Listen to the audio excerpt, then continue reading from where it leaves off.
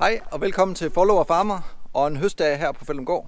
Det gode vejr lader vente lidt på sig. I kan se, der er lidt skyde her. Så vi kan lige tage en maskinrundtur, før vi går i gang lidt senere. Så følg med.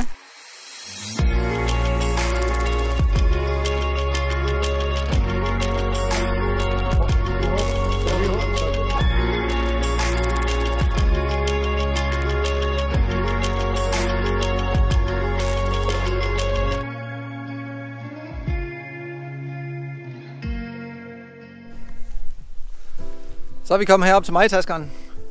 Den nye, for mig nye, flotte majtasker. Og som I kan se her, så står pick-up'en ved siden af.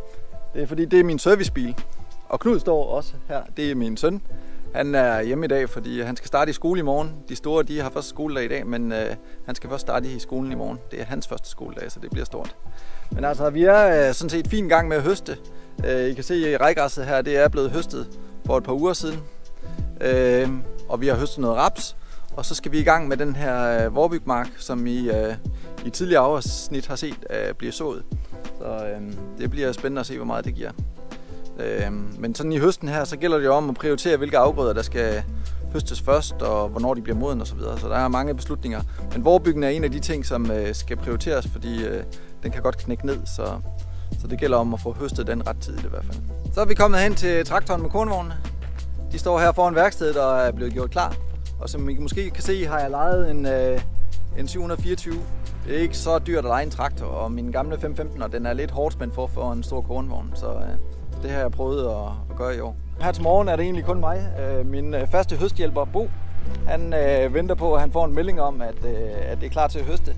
Han har et andet arbejde, som man også passer lidt her ved siden af, men har fået skrevet ind i sin kontrakt, at han kan tage en måned fri og høste og hjælpe herude på gården, så det er super fedt, at han kan det.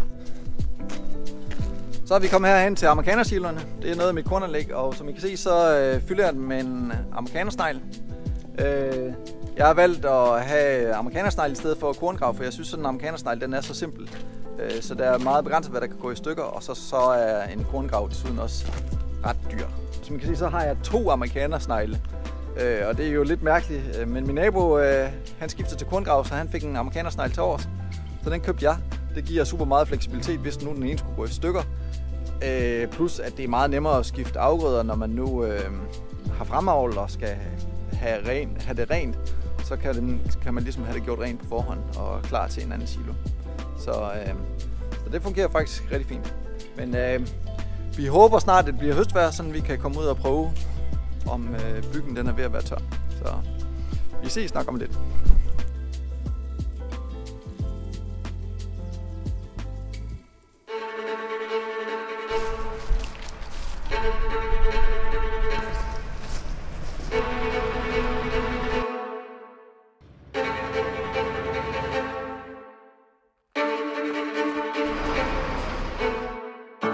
Vi startede herovre i rejgræsset, og det gik rigtig godt. Jeg tror også meget højt udbytte.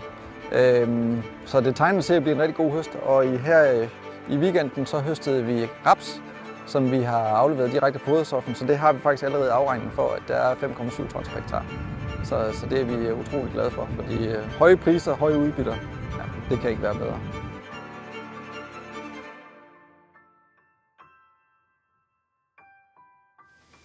Altså når man kører sådan et læs, hvis du har sådan en vognfuld der, 15 tons raps, og hvis du så lige regner på, hvor mange, altså det er derfor 75.000 sådan en vognfuld der, det er okay. Det er ikke tit, man får lov til at køre med sådan en værdifuld last som vandmand.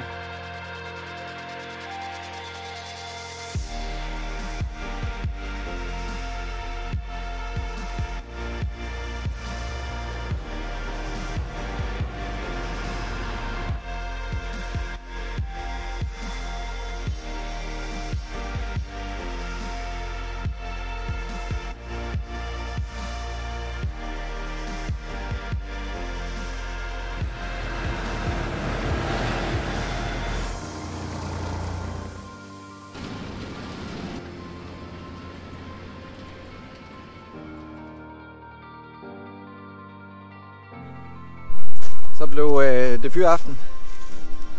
Majtaskeren den er parkeret lige her for nogle minutter siden. Det er ved at blive mørkt. Vi kigger herud over Kornmarken. Så ligger der nu halmskov ved Halmskov. Der er cirka 5 hektar tilbage. En mark på 32, så det er gået rigtig godt. Vi startede først her kl. 2, så det er bare kørt derudad. Men vi går lige ind i værkstedet til de andre. De sidder lige foran fyr aften.